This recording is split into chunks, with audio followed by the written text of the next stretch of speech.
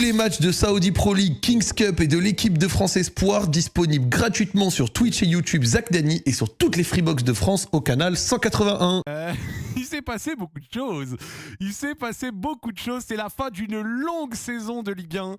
On termine avec ce multiplex où ça a été clownerie sur clownerie sur clownerie. Le 3e, le 4e et le 5e pouvaient terminer 3e ce soir. Au final, le 3e est toujours 3e, le 4e est toujours 4e et le 5e est passé 6e.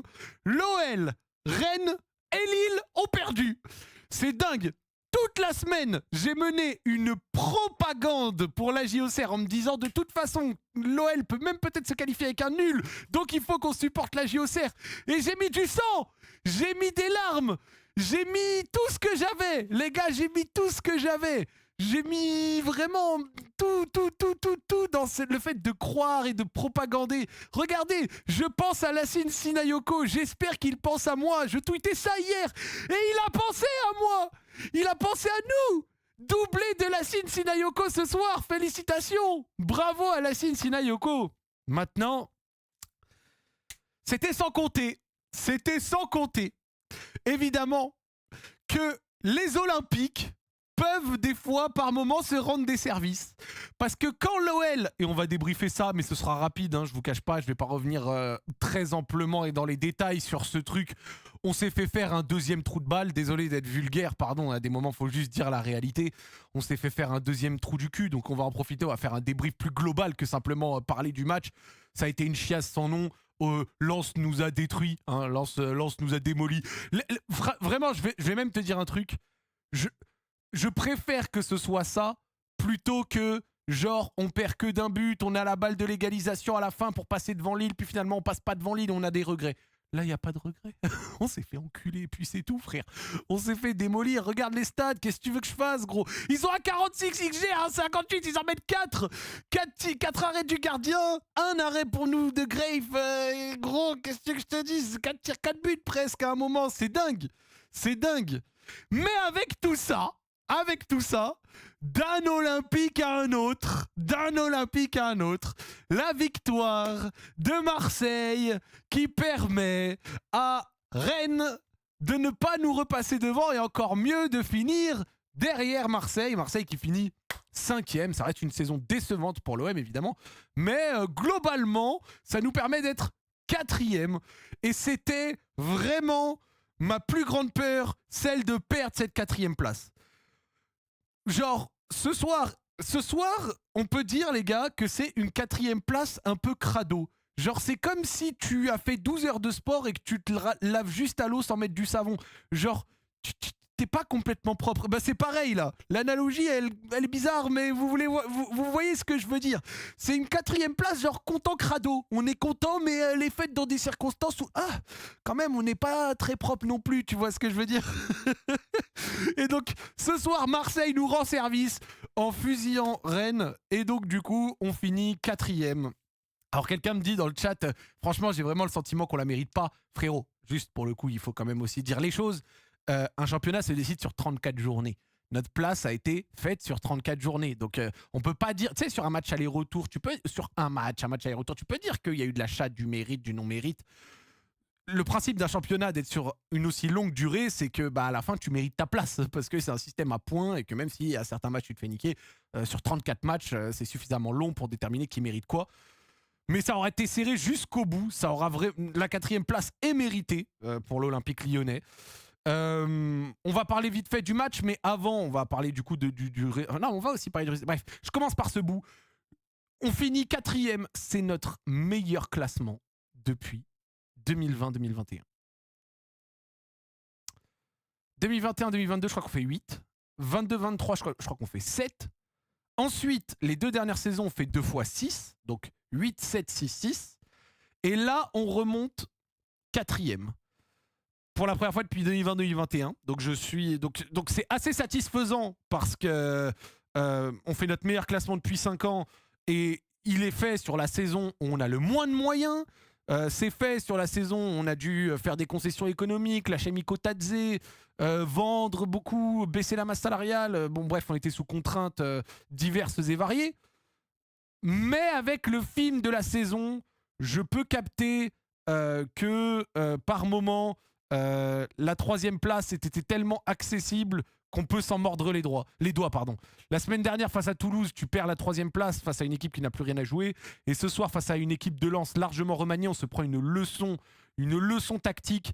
Si ça peut servir à mettre le nez dans la merde de certains supporters lyonnais qui jouaient la posture que Pierre Sage c'était un entraîneur de merde, bah Pierre Sage, les gars, il est arrivé à Lens qui était dans une espèce de reconstruction similaire à la nôtre, qui vient et qui fait 2e en ayant tenu à dragée haute au PSG pendant un long moment. Félicitations à Lens pour leur saison, ils font une belle saison et je leur souhaite de gagner la Coupe de France. Je souhaite à Lens de gagner la Coupe de France. Désolé, il me fallait un petit coup d'eau. Lille, vous méritez votre 3e place. Forcément, moi, ce que je regrette, c'est qu'on a gagné 2 fois Lille.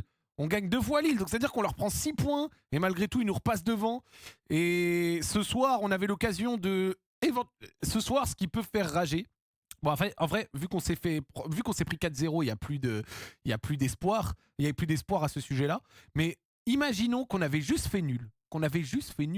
D'accord ? Imaginons qu'on avait juste fait nul. Et ben, on repassait devant Lille, à la différence de but. On repassait devant Lille. Mais bon, on n'a pas fait nul, on s'est fait fumer. Donc il n'y a pas vraiment de regret à avoir. Hein. On s'est fait démolir. On a fait un non-match total. Et c'est le moment de parler du match. Après, on va parler des à côté. C'est le moment de parler du match. Bon, alors le match, bah, c'est très simple. Voilà, merci. En défense, en rouge, ils ont tous pué la merde. Ils ont tous pué la merde. Ils ont tous été atroces. Je vais juste couper les Lyonnais vite fait. Les gars, les Lyonnais, arrêtez d'espérer. Oui, mais si telle équipe gagne la Coupe de France, si le PSG gagne la LDC, si Aston Villa éternue dans un mouchoir, si Club Brugge se torche le cul, on est en barrage de Ligue des Champions. Point, c'est tout. Il n'y a pas de scénario où la 4e place nous mettra directement en LDC. On est en barrage de Ligue des Champions. C'est tout. C'est bon ? Genre, voilà, juste gardez ça en tête.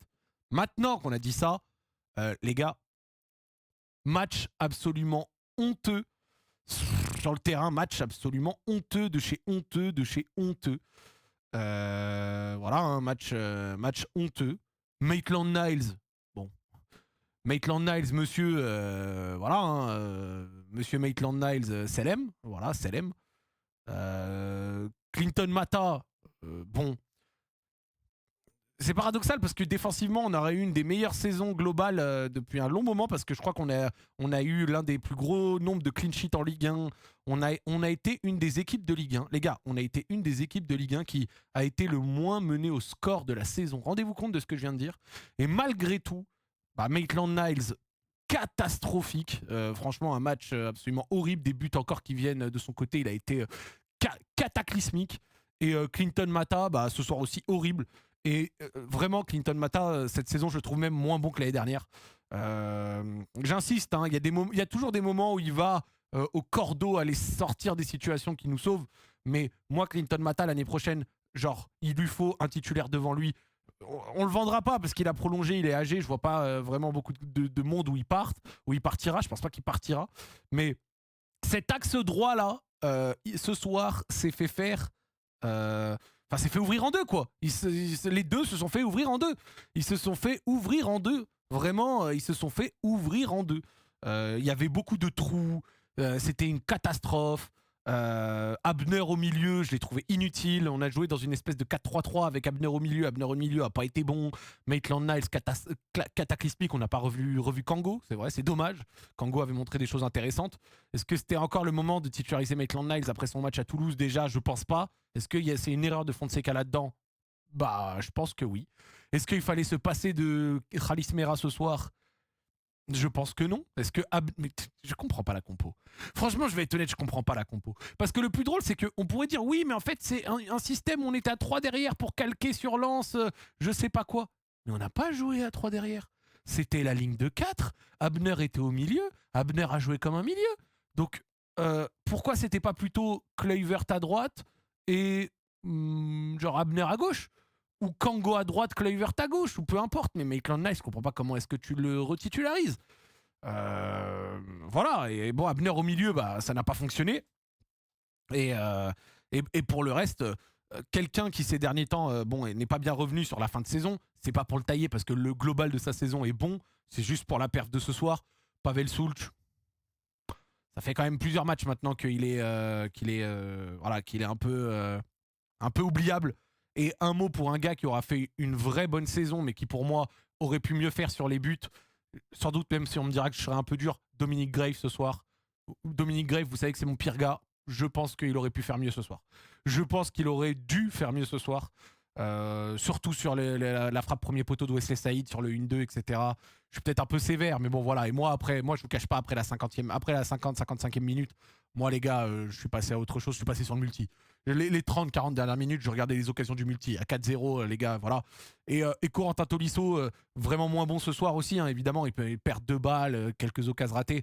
Après, Corentin Tolisso, je lui porte un amour de dingue en tant que Lyonnais. Tous les Lyonnais, on l'aime. Et on l'aime parce qu'il fait des performances sportives fortes. Maintenant, les gars, rappelez-vous, trop de gens étaient vraiment mécontents de sa sélection en équipe de France. Et il avait raison de viser l'équipe de France. Mais rappelez-vous pourquoi il n'est pas pris au mitard en équipe de France. Il n'est pas pris au mitard en équipe de France parce que la vraie configuration où il est fort, où c'est un joueur qui a encore de très bonnes choses, c'est quand c'est un milieu qui attaque la surface. Mais quand c'est pour jouer dans un double pivot, c'est plus brillant, c'est plus très bon. Et actuellement, dans le mitard de l'équipe de France, quand tu prends ceux qui y sont, ils ne délogent personne. Et si c'est pour attaquer la surface, allez le mettre en concurrence avec ceux qui attaquent la surface en équipe de France et il n'a pas leur niveau. Donc vraiment, pour le coup, les gars, ça fait longtemps que je le dis et beaucoup ne l'entendent pas. Mais il n'y a pas à sa place, je trouve. Et il y avait même, je trouve, beaucoup de cinéma autour de ça. Donc, Corentin Tolisso fait un mauvais match ce soir, mais il fait quand même une excellente saison, hein, 15 buts, etc. Franchement, rien à dire, bravo. Ça reste le meilleur Lyonnais ce soir. Oh non, oh que non. Le meilleur Lyonnais ce soir, il est noté en vert. Pour le coup, SofaScore ne l'a pas, SofaScore ne l'a pas sous-noté pour le coup. Mais bref, globalement, on s'est fait enculer. Hein, et à la 50e minute, j'ai lâché. Bravo à Lens. Bravo à Lens, vous êtes juste une fantastique équipe. Bravo à vous. Wesley Saïd, top. Thauvin, comme au match de Coupe de France, top. Sotoka marque même un très bon but avec l'enchaînement qui se fait sur sa course. Enfin, qu'est-ce que vous voulez que je vous dise bravo. Il y a des Lensois dans le chat, je sais que vous êtes là, je sais que vous êtes nombreux. Bravo. Vraiment, moi, Lens, c'est une équipe que j'ai toujours respectée et je vous respecte. Bravo à Pierre Sage, bravo aux Lensois. J'aime le club que vous êtes. Vous finissez 2e, je vous souhaite la finale de Coupe de France, la victoire en Coupe de France. Et vous êtes un beau club, vous m'inspirez de belles choses. Que du respect, voilà, que du respect, il n'y a rien à dire. De toute façon, à la fin, c'est que du foot, tu vois. Même quand je suis contre un club, machin, il n'y a jamais de la haine, c'est que du football, frère. Même les clubs adversaires de l'OL, tu vois, genre, ça reste que de la rivalité sportive, tu vois. Allez, le maximum où, genre, on peut pousser la étoile de dingue, c'est Saint-Etienne parce que c'est la vraie rivalité régionale en tant que Lyonnais. Le vert, le 42, machin, c'est ancré dans le sang. Mais ça reste que du foot, frère. Ça reste que du foot, restons sérieux. Donc bravo Lensois, vous méritez votre victoire, vous méritez votre 2e place et vous nous avez explosé ce soir et rien à dire. Je vous serre la main. Bravo, on passe à autre chose. Et du coup, les gars, autre truc. Les Lillois, les gars, bravo parce que franchement, les Lillois. Vous passez devant nous, enfin pas vous passez devant nous, vous êtes passé devant nous le week-end dernier. Fallait aller gagner à Monaco, vous l'avez fait. Le match à Monaco, je l'ai vu après coup parce que j'étais sur le multi, vous aviez apparemment l'arbitrage est un peu dans votre sens, mais bon après ça arrive. Et ce soir, fallait que Auxerre vous crame. Auxerre vous a cramé, c'est ça le plus drôle, c'est qu'Auxerre vous a battu. Et de notre côté, on n'a pas fait le taf. Merci Marseille. Tout simplement. Merci Marseille. Merci à Marseille d'avoir fait le boulot. Parce que si on avait fini 5e, j'aurais été dégoûté. Si on avait vraiment fini 5e, j'aurais été dégoûté. Heureusement qu'on finit pas 5e. Merci à Marseille ce soir. Je l'avais dit dans le vlog Even All-Star et ironiquement, pour la première fois de ma vie, je vais dire allez l'OM. Et ben pour le coup, les Marseillais, vous faites pas que de fumer la casse-dallerie de Marseille. Parce que croyez-moi qu'elle fait des chiffres de taré. Mais vous avez aussi gagné le match qui nous permet de finir 4e. Donc tant mieux, mais ça ne change strictement rien. Non, de quoi ça change strictement rien? Bah si, ça change. Si Rennes avait gagné, ils nous repassaient devant, on faisait 5e. Là, 4e, on fait les barrages de Ligue des Champions. Alors, j'ai dit barrage, certains me disent 3e tour. M'en bats les couilles de comment ça s'appelle. Moi, j'ai toujours dit barrage, c'est sans doute un tic de langage ou peut-être c'est pas le bon truc que vous avez capté. Mais a priori, je demande à vérifier, mais j'avais des gens commençaient à regarder. A priori, il y a un monde où on est tête de série. Et donc je crois que si on est tête de série, ça fait qu'on peut esquiver un très gros match. Maintenant, est-ce que c'est possible de se qualifier à partir de la 4e place? Nice ne l'a pas fait, Marseille l'a raté aussi, Lille l'a fait. Bon, bah écoute, on va voir, Voilà, on va voir ce que ça va donner, tu vois. C'est dur, mais je préfère. Pendant un moment, tu vois, j'étais dans une mentalité, j'étais dans une mentalité en mode, je préfère qu'on fasse 5e. Parce que 5e, au moins, on est en Europa et tu peux faire ton mercato selon que tu es en Europa, tes ventes selon que tu es en Europa. Bon, et ben là, tu es un peu bloqué parce que tu vas commencer un mercato d'Europa, parce que c'est ce qui va se passer. L'OL va vendre d'ici le 30 juin, parce qu'on l'a vu, là, il y a eu des papiers économiques qui sont sortis il n'y a pas longtemps. L'OL a besoin de cash. Vous savez pourquoi l'OL a besoin de cash? Parce qu'il y a une bonne partie des micmacs que l'autre enfant de salope de John Textor avait fait. Et ce bâtard, il nous a fait acheter Igor Jesus 43 millions d'euros. On n'a jamais revu l'argent. Igor Jesus n'a jamais été chez nous. Et en fait, vous savez, c'est quoi ce besoin de cash de l'OL là, je crois que c'est un besoin de 150 ou 170 millions, un truc comme ça. Vous savez, c'est quoi ces sous? C'est des abandons de créances. C'est-à-dire que c'est de l'argent que l'OL a sorti, que Botafogo nous doit, mais c'est des abandons en mode on sait que Botafogo pourra jamais nous le donner. Et c'est ça qui peut nous mettre un peu dans la panade. Bref, on en parlera un peu plus tard du côté économique de la chose, même s'il est toujours important, vous connaissez. Mais l'occasion de rappeler dans le chat, fuck John Textor. All day, every day, matin, midi et soir. Johnny Boy, t'es vraiment une sale merde. On espère que tu seras derrière les barreaux pour tous tes micmacs financiers, connard. Bon, maintenant que j'ai dit ce que j'avais à dire sur John Textor, la 4e place, évidemment que dans la situation économique, la 3e place aurait été bien meilleure. D'accord, la 3e place aurait été bien meilleure. Mais maintenant, en fait, moi, je pense, je dis que même si la 4e place, ça casse les couilles, ça casse les couilles. Ça casse les couilles avec l'aspect barrage, l'aspect 3e tour de préliminaire. Je pense que ce qui va se passer, c'est qu'on va calibrer un mercato, ou en tout cas un début de mercato et des débuts de vente Europa League, comme si on était en Europa. On va jouer le 3e tour, les barrages, vous avez capté. Et si jamais on réussit à passer en Ligue des Champions, il restera un mois pour éventuellement recruter un peu plus. Moi, je pense que de toute manière, et ça, je l'avais dit, et au final, ce qui est sorti récemment le prouve, qu'on soit en LDC ou pas, on allait vendre beaucoup. Pour moi, la seule chose qui allait modifier, c'est à combien tu remplaces ou non. Donc, je pense pas qu'on va vendre spécialement beaucoup plus en étant en Europa qu'en LDC. Je pense que dans les deux cas, on aurait beaucoup vendu. Maintenant, ce qui va se passer, c'est plutôt les rachats. Les barrages, c'est fin août. Ah ouais, c'était pas fin juillet, début août? C'était... Bon, alors, si c'est fin août, eh ben, ok, il te reste... Ah, attends, c'est le 20... Il restera 4-5 jours. Ok, bon. Je reprends ce que je viens de dire. Autant pour moi. Si c'est fin août, eh ben, c'est très simple. On va faire un mercato, etc. 4-11 août, le 3e tour. Attends, mais les gars, faut savoir, c'est 4-11 août ou c'est... Attends. Tour préliminaire LDC. Attends, parce que là, je vois des gens qui me disent tout et rien. On va checker c'était quelle date cette année. Tu vois. Ludo Goretz et compagnie, calendrier, blablabla. Donc les premières équipes, elles jouent. Elles jouent le tirage au sort a lieu le 15 juin. Les premières équipes, elles jouent le 8 et 9 juillet. Ensuite, deuxième tour de qualification. Blablabla, voilà. 3e tour de qualification. Donc 3e tour de qualif. Nous, je crois qu'on n'arrive pas là.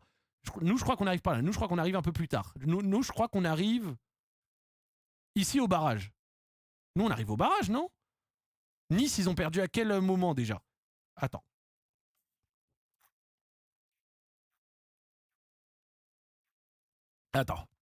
Excuse-moi.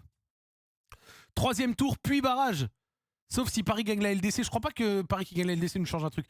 3e tour préliminaire. 3e tour, puis barrage. On est tour préliminaire, puis barrage. On est au 3e tour, on a 2 tours de qualif. Ok, merci. C'est bon, j'ai bien noté. Merci les gars. Donc 3e tour de qualification. Donc on arrive ici. 3e tour de qualification. Merci les gars. Et donc quand je regarde 3e tour de qualification... Alors ce qui est quand même pratique, c'est qu'ils ne mettent pas la date des matchs. Donc c'est vraiment propre.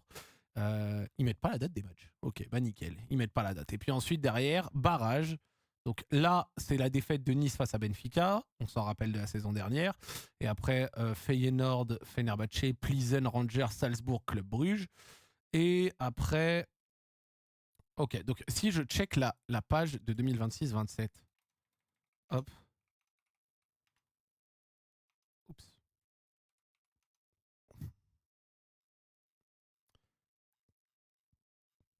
Ok, donc là... Merci, c'est bon, on a les dates. On a les dates. Alors, 3e tour de qualification, c'est bon, on les a. 4 et 5 août, retour 11 août. Et ensuite, barrage 18-19 août, 25-26 août. Donc, tu ne sais pas si tu es en Ligue des Champions avant le 26 août. Donc, spoiler.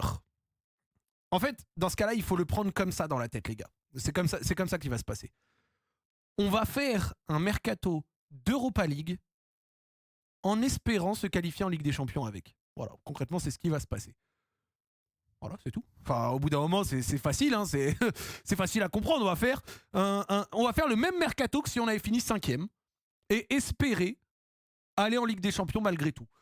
Et quand on se rappelle du mercato qu'on a fait l'année dernière en finissant 6e, il n'y a pas de raison d'être...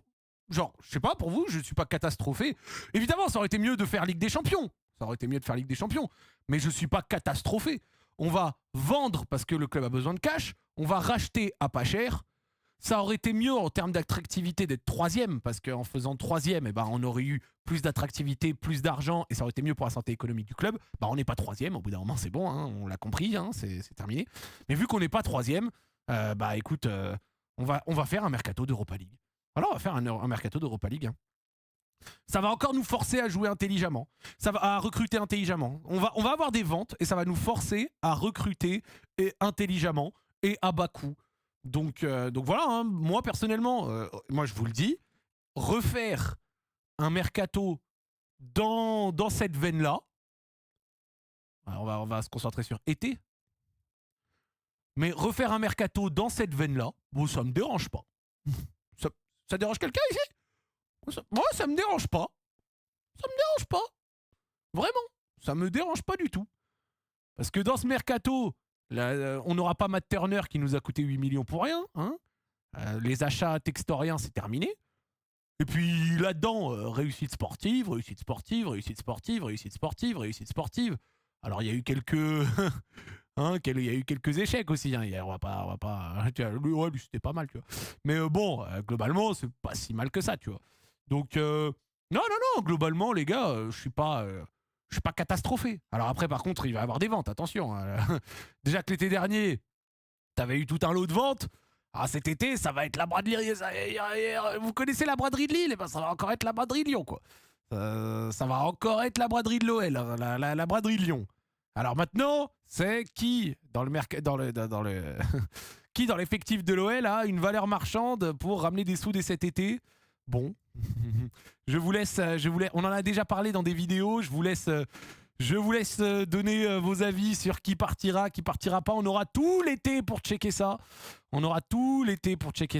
Ça va brader les joueurs. Non. On les a pas bradés l'été dernier alors qu'on était encore plus sous tension. En tout cas, on les a pas bradés tant que ça l'été dernier. Je pense pas qu'on bradera plus que ça cet été. La réalité, vous checkez, il y a qui comme valeur marchande qui selon vous peut partir dès cet été. Moi j'ai déjà donné mon avis. Je vous donne mon avis en rapide. Bon, Hendrik sera pas là évidemment. Pour moi, Mike Fofana ne partira pas. Il n'a pas eu de saison, donc pour moi il partira pas.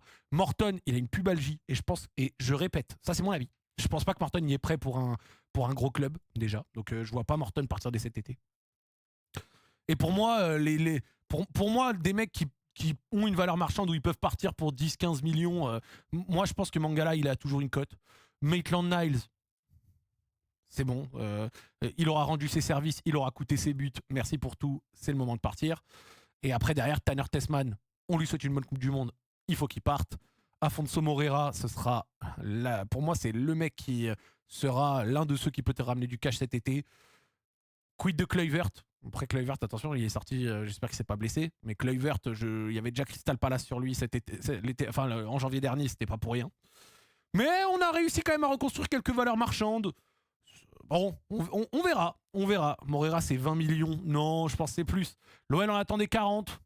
Entre ce que l'OL dit qu'ils attendent et la réalité, il y a toujours un gap. Mais voilà, Moreira vient de prolonger en plus, donc ça aidera pour sa valeur marchande. Là, bon, 17 mai, pour moi, Moreira partira. Voilà, je vous le dis, pour moi, Moreira part. Pour moi, Moreira part, je pense que c'est le 25-30 millions facile pour lequel l'OL ne pourra pas résister, ne résistera pas. Pour moi, tu as du 8-10 millions et quelques à aller chercher chez les Tessman, Mangala, Maitland-Niles, tu vois. Genre, voilà, c'est mon avis. Ça reste quand même des sommes qui sont pas impossibles. Et après, derrière, il y a peut-être, tu vois, des Pavel Sulch. Soyons fous, peut-être que Morton, il y a un club de seconde zone anglais qui vient sur lui, les clubs de seconde zone. Ils ont aussi des sous, hein, quand je dis seconde zone. Genre, je parle milieu de tableau, bas de tableau, qui peuvent venir mettre une somme qui fait décaisser l'OL, qui fait accepter l'OL, tu vois. Et puis après, encore une fois, attention, les options d'achat que l'OL a, Lukeba, Guimarães, ça peut ramener des sous. Il peut y avoir des surprises, tu vois, des levées d'options d'achat, des retours de prêts à vendre. Bon, on verra ce que ça va donner. On verra ce que ça va donner. Mais Tyler Morton, je pense pas qu'il parte dès cet été. Mais pour le coup, c'est mon avis. Je vous laisserai en parler. Désolé, je buvais dans ma gourde du brave. On prend Pagis. Pablo Pagis ou Lorient veut 25 millions, je prends pas. Je ne prends pas. Voilà. Je ne vends pas. Voilà. Absolument pas. Hop. Passer des barrages de LDC et de Ligue 2, je rigole, j'en ai marre de ce pitre, que des sgeeks sur le terrain, j'en peux plus, la saison était calamiteuse. Rudy Couscous dans le chat, les gars, c'est un fan de l'OGC Nice. Force à toi. Vraiment force à toi. Bref, cet été, il y aura des ventes, il y aura des recrutements, et début août, du coup, des matchs. Alors, c'est quand la reprise de la Ligue 1 ? Parce que c'est quand même un point important. Ligue 1 2026-2027. Est-ce qu'il y a déjà un semblant de calendrier ? 23 août 2026. Alors c'était écrit ici, 23 août 2026. La saison débute le 23 août 2026. Ok, ouais, c'est bon, c'est là. Les ballons de Ligue 1 et Ligue 2 révélés. Donc 23 août 2026 démarre la Ligue 1. La première journée aura lieu le 23 août. Heureusement que la première journée est que le 23 août, parce que du coup, on aura joué 3 matchs sur 4. Ce qui veut dire que selon le résultat du match aller au barrage, la première journée de Ligue 1, on va faire tourner dès la première journée de Ligue 1. On va faire tourner dès la première journée de Ligue 1. C'est légendaire. C'est légendaire. On va faire tourner dès la première journée de Ligue 1, les gars. Première journée de Ligue 1, on va envoyer l'équipe B. On va envoyer l'équipe B. On va envoyer l'équipe B. Mais au moins, dans notre chance, vous connaissez, des fois, il y a des Ligue 1 qui commençaient début août. Bah, au moins, vu que ça commence fin août, on a 3 matchs de Ligue des Champions qui se passent à coup de 1 match par semaine et sans avoir de match de Ligue 1 entre les trucs. Et en plus, j'avoue, on n'a pas encore passé le 3e tour. Donc, encore faut-il passer le 3e tour. Parce que si on passe pas le 3e tour, on commence la Ligue 1 comme tout le monde. On espère juste être en barrage. Est-ce qu'on a... si on passe le 3e tour, eh ben, on pourra éventuellement avoir la journée de Ligue 1 qui sera du coup ici. Si on passe pas le 3e tour, ben, on l'aura juste dans le baba. Mais sinon, la journée de Ligue 1 sera à peu près là. Ok, vraiment intéressant. Vraiment intéressant. Zach, voilà les adversaires potentiels au barrage au 17 mai 2026. Sparta Prague, NEC. Donc, c'est qui le NEC ? C'est une équipe de redivisie, ça, je dis pas de bêtises. Union Saint-Gilloise, Bodo Glimt, Olympiakos, Fenerbahçe.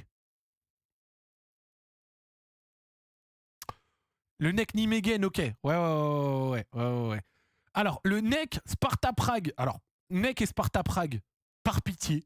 Genre par pitié. Genre là, je prends un fusil à pompe, je tire sur 2 mecs du chat au hasard pour avoir le NEC ou l'Union ou le Sparta Prague. L'Union Saint-Gilloise, je me chie dessus. Bodo Glimt, je me chie dessus. Olympiakos, ils ont gagné une coupe européenne il n'y a pas longtemps, donc je vais vraiment pas faire le malin. Et Fenerbahçe, Lille les a battus il y a 2 ans, mais bon, qu'est-ce que tu veux que je te dise voilà. Voilà, hein. Voilà. NEC et Sparta Prague, je dis pas que c'est gagné, mais c'est les plus abordables des 6, hein, tu vois. C'est les plus abordables des 6. Mais bon, Nice s'était tapé Benfica, et Benfica, ça c'était bien hardcore, tu vois. Donc voilà. Hein. Ça peut encore changer suivant les championnats. Ok, d'accord, merci. Copenhague ont mis 5-0 en barrage l'année dernière, ouais, mais ils y sont pas dans la liste qu'on va donner là. Mais après, je sous-cote personne de toute façon, s'il faut pas. Ouais, de toute façon, les gars, genre, le football rend humble. Les gars, on a perdu en match aller-retour face à Celta Vigo. Et je le dis alors qu'on a perdu contre eux, ils étaient même pas forts. C'est ça le pire. C'est ça le pire. Celta Vigo, ils étaient même pas très forts. Et j'ai beau rôle de dire qu'ils étaient pas très forts alors qu'ils nous ont fumé au retour. Mais ils étaient même pas très forts et on a perdu contre eux, frère. Donc à partir du moment où il y a ça, bah, je me tais, quoi. J'ai rien à dire. J'ai rien à dire. Donc voilà, hein, ils ont été bien au-dessus. Bon, ils ont été au-dessus au retour, surtout avec le rouge, parce qu'au match aller, on était bien meilleurs qu'eux. Mais bon, écoute, c'est comme ça. Hein. Donc voilà. Voilà. Le pire étant, quand même, c'est que la finale de la CDM, c'est le 19 juillet et on reprend le 4 et 5 août direct. Donc donc ce qui peut se passer, c'est que si certains de nos internationaux, bon, on n'en a pas 1 milliard, ils vont loin à la LDC, enfin à la CDM, pardon, genre jusqu'à début juillet, ce sera difficile de penser qu'ils puissent être prêts, surtout avec, ils auront 2 ou 3 semaines de repos, c'est logique, il leur faut bien des repos au bout d'un moment, mais c'est dur de penser qu'ils seront prêts dès là. 4 et 5 août, y a qui comme internationaux dans les effectifs? Je crois que dans notre chance, on n'en a pas tant que ça non plus. Attends, je vais après, bon, j'ai quand même jeté un coup d'œil. Et on a qui comme internationaux potentiels qui peut être là-bas cet été? Moussa, bon, s'il reste, que le Sénégal va loin, ok. Abner, il s'est fait appeler par le Brésil, bon, ok. Tagliafico, est-ce que Tagliafico sera toujours là? Est-ce qu'il se fait appeler par l'Argentine? Je ne sais pas. Ouais, Sulch avec la République tchèque. Bon, ça va.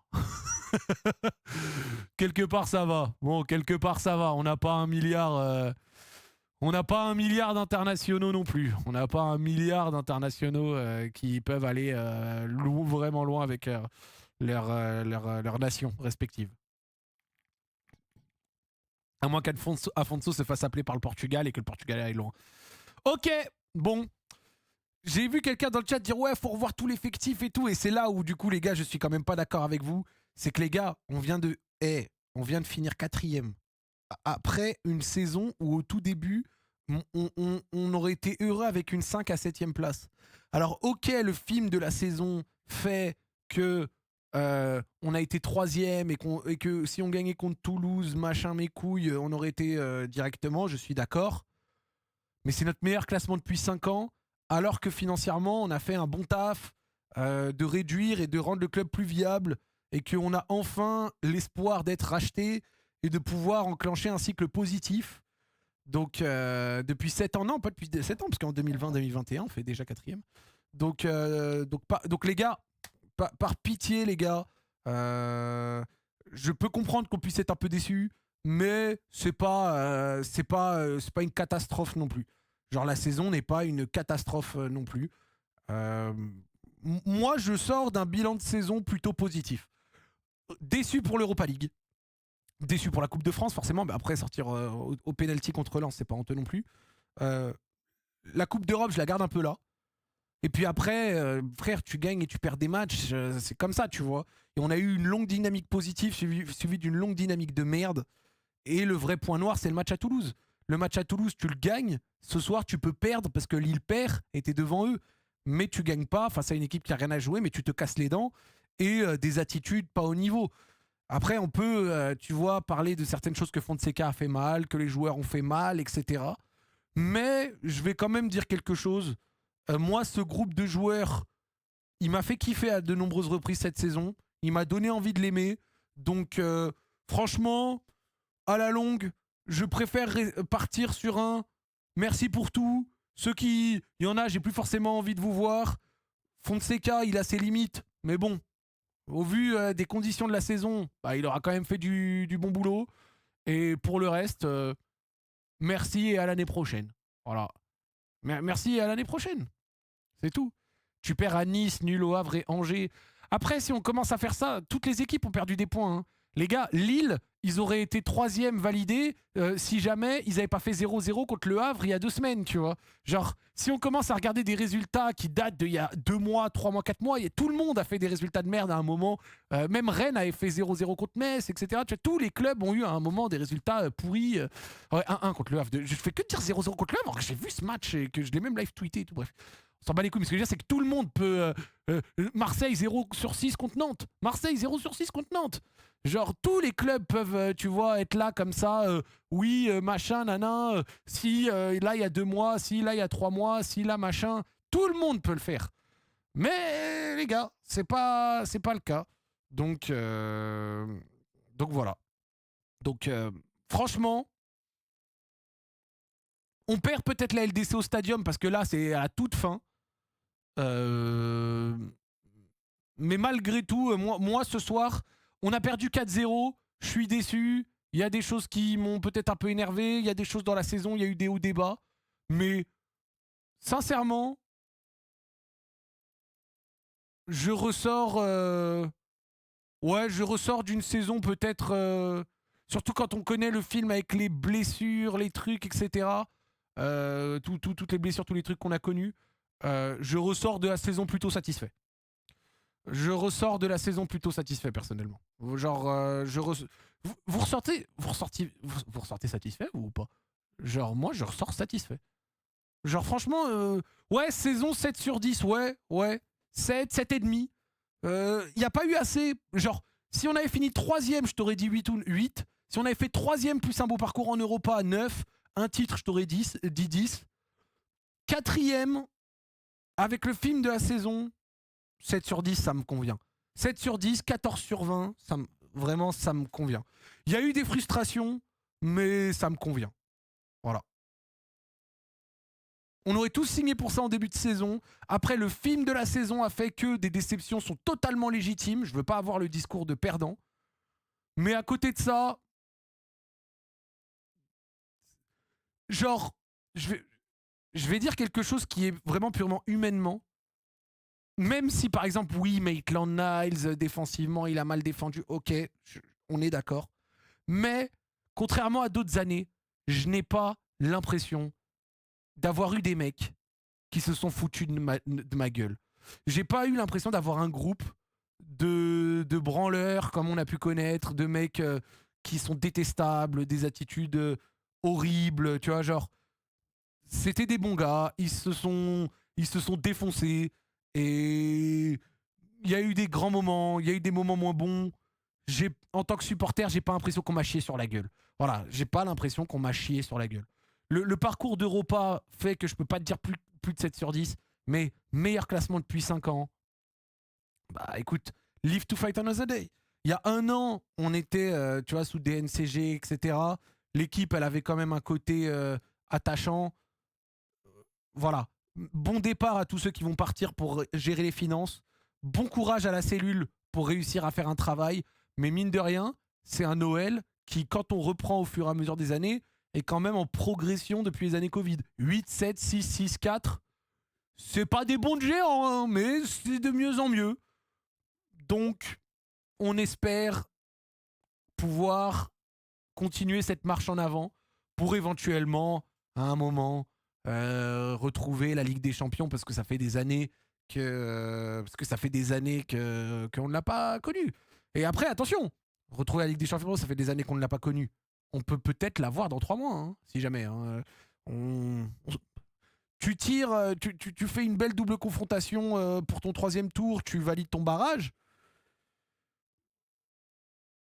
Sait-on jamais. Voilà, sait-on jamais. Sait-on jamais, ce n'est pas fini. Faut pas qu'on se condamne, tu vois. Faut pas qu'on se condamne. Ah.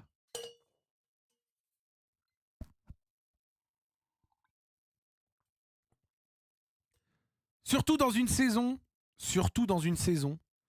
où on a eu quand même, et ça c'est un truc où ça reste important de le dire, dans la réalité de la saison, en première partie de saison, une attaque où on alignait des Moreira pour ses premiers matchs en pro, Satriano qui était atroce, quand bien même il se fait une deuxième Santéo à Rétafé, il était atroce, et Karabekh. Le match aller à la JOCR qui s'en rappelle. Et après, les 1 milliard de blessures de la deuxième partie de saison pas que de la deuxième partie de saison, soit dit en passant. Nuama et Fofana ont eu des saisons blanches, alors que c'était 2 de tes armes principales. Et Soultch, Moreira ont été blessés quasi 2 mois à des moments cruciaux. Donc, franchement, quand tu regardes le film avec les conditions de la saison, quand t'as Fofana qui n'a pas eu de saison, Nuama qui n'a pas eu de saison, Soultch blessé 2 mois à un moment, Moreira blessé 2 mois à un moment, Humbert qui est ressorti puis qui s'est complètement pété à un moment hyper important. Oh les gars, je suis désolé, mais combien d'équipes résisteraient à un secteur offensif qui a été autant démoli sur une période aussi cruciale de, tu vois, fin février, mars et compagnie, tu vois, mi-avril. Genre, c'est dur, tu vois. Ça nous a aussi forcément beaucoup touchés. Kluivert aussi, tu vois. Alors évidemment, toutes les équipes ont des blessés, mais nous, on a été particulièrement criblés de blessures cette année, tu vois. Et ça c'est vraiment dommage. Parce que, si je pense sur les blessures, est-ce qu'il y a moyen de voir, genre, les blessures, par exemple, sur la saison, peut-être, je sais pas. Là, c'est le détaillé. Est-ce qu'on peut voir un historique sur Transfermarkt? Si on pouvait voir un historique, ça aurait été intéressant. Mais bref. Bref. Et une saison où plusieurs concurrents directs n'ont pas de Coupe d'Europe pour les fatiguer, genre Lens et Rennes. Ouais, par exemple, tu vois. Et puis, si je peux avoir mon petit côté mauvaise foi, genre, je peux? Vous m'autorisez un petit côté mauvaise foi ou pas? Allez, un petit côté mauvaise foi, comme ça. Et avec un arbitrage qui, sur la saison, nous aura aussi, par moments, un peu niqué. Voilà, bon, c'est ma mauvaise foi, je suis supporter. Voilà, il fallait que je le dise. Ok, fallait que je le dise. Il y a eu des matchs où vraiment c'est bien fait enculer quand même. Et donc bon, écoute, 4e, c'est pas si mauvais. Et on donnera tout en août. Elles sont sorties les notes? Histoire qu'on puisse sourire peut-être, parce que les notes là, je pense qu'elles sont vraiment complètement catastrophiques. Hein.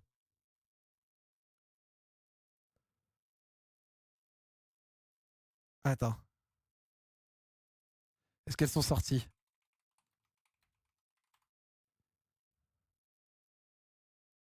Ouf. Oh. Imagine, tu prends 1 sur 10. Les notes d'OL Lens, la classe internationale de Thauvin, le calvaire d'Abner. Et oui, Abner, quand je vous ai dit qu'il a fait un match directement impliqué sur 2 buts, Thauvin, non retenu pour la CDM, a grandement fait souffrir la défense à l'image de ses partenaires. Abner, lui, est complètement passé à côté défensivement. L'OL concédant une lourde défaite 4-0 pour finir 4e de Ligue 1. Un mot sur Thauvin, vite fait. Je vous montre un truc, rapido.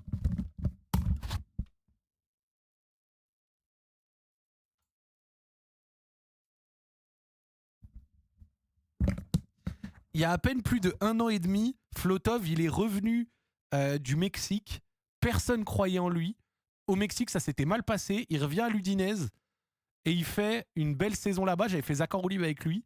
Et il parlait du fait que Lens avait cru en lui. Bon, c'est le petit flex de montrer le maillot, mais t'as capté. Mais bref. Donc, vraiment, le frère, on avait fait un bet de Zachar Olive pour ceux qui s'en rappellent. Et l'été d'après, Lens le débauche va le chercher quoi. Et il fait une saison énorme à Lens. Et Lens se qualifie en LDC. Et lui, à 32 ans, te fait une énorme saison de Ligue 1. Donc ça, c'est fort. La Manche, Zach, bah oui, la Manche, apu.com. Voilà, pour ceux qui demandent. apu.com, c'est écrit. Donc voilà. Donc dédicace à Thauvin. Pourquoi est-ce que je dédicace c'est pour le côté force mentale de la chose. Genre, c'est la force mentale d'avoir réussi à faire quelque chose de dingue là où tout le monde l'avait condamné. Alors, je sais qu'à Lyon, Thauvin, on l'aime pas trop, en général. Voilà, c'est Thauvin, Marseille, nanana, des années à charrier à ce machin, à ce truc. Mais pour ce qu'il a fait footballistiquement parlant, respect.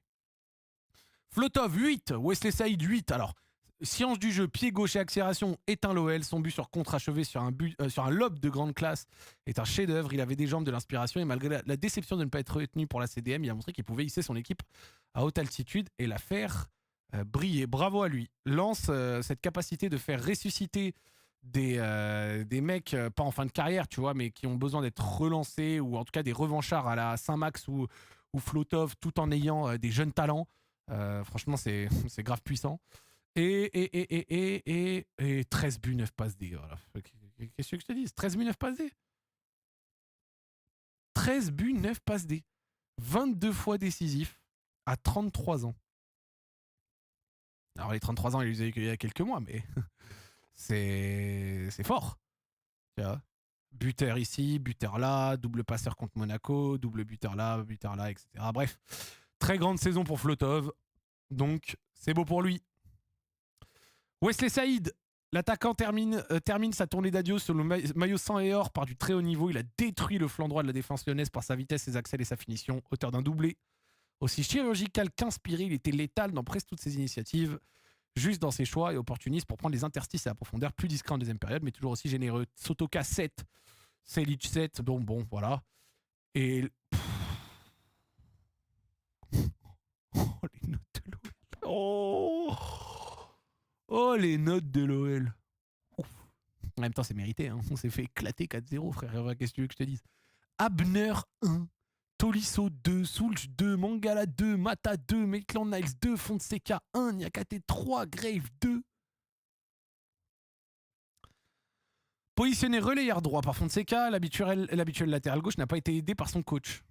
Et il a été naufragé. Il rate son interception sur le 1-0. Il est mal positionné sur le 2-0. Puis une manque d'agressivité sur Sotoka et Thauvin. Un cataclysme, même en jouant à son poste après la pause. Moi, il y a déjà un truc que je ne comprends pas. Comment tu fais pas jouer Mera, encore une fois, ce soir? Genre, surtout pour foutre Abner au milieu. Genre, la valeur ajoutée, ouais, est-ce que un juste Mera aurait aidé? Évidemment que non. Mais bon. Sur les phases de pression intense de Lens, Abner, lui, n'a pas aidé, ça c'est sûr. Maitland-Niles, les matchs se suivent et se ressemblent pour le latéral anglais, trimballé par la plupart des ailiers en Ligue 1, mais il a cette fois coulé à pic face à Saïd et Masuaku, qui ont fait ce qu'ils ont voulu toute la première mi-temps. Il a parfois donné l'impression de jouer sous morphine et a été remplacé à la pause par Attebourg, à peine meilleur. Aïe aïe aïe. Dominique Grave, 2. Eh ben, il avait fait un bête de match, enfin une bête de saison. Ce soir, 4 tirs cadrés, 4 buts, dont 3 qu'il aurait pu largement aller chercher avec plus de dynamisme, d'une fébrilité confondante. Je suis bien d'accord avec ça. Si décisif lors des derniers matchs, le capitaine lyonnais a été méconnaissable, inhabituellement absent des débats au milieu, fragile au duel, il a perdu un ballon facile dans son camp avant le 3-0. Après une saison éreintante, il a semblé sans énergie pour ce match capital. Et ben, je suis bien d'accord. Et ben, pour le reste, voilà. Hein, franchement, c'est pas volé. Très mauvais essai de Fonseca ce soir. Mais bon, on va faire... Donc, grosso modo, mais tu sais quoi? Quelque part, j'ai même envie de te dire... J'ai même envie de vous dire, les gars, le fait que les barrages, etc., ce soit début et fin août, que tu ne sais qu'à la toute fin août si t'es en LDC ou pas, quelque part, ça nous arrange presque. On va faire un truc 100% Europa League et espérer qu'avec le Mercato Europa League, ce soit suffisant pour gagner ces barrages et éventuellement avoir la Ligue des Champions comme un bonbon. Et si tu te qualifies en Ligue des Champions, tu pourras éventuellement en janvier faire des recrues. Soyons fous. Mais ça peut être positif. Le plus positif, évidemment, étant de finir 3e. Mais à la fin, cette 4e place, ouais, je suis satisfait. Bravo à vous. Bravo aux mecs. C'était pas simple. Et bravo à la JOCR pour leur victoire à Lille pleine de personnalité. Bravo à Lassine Sinayoko.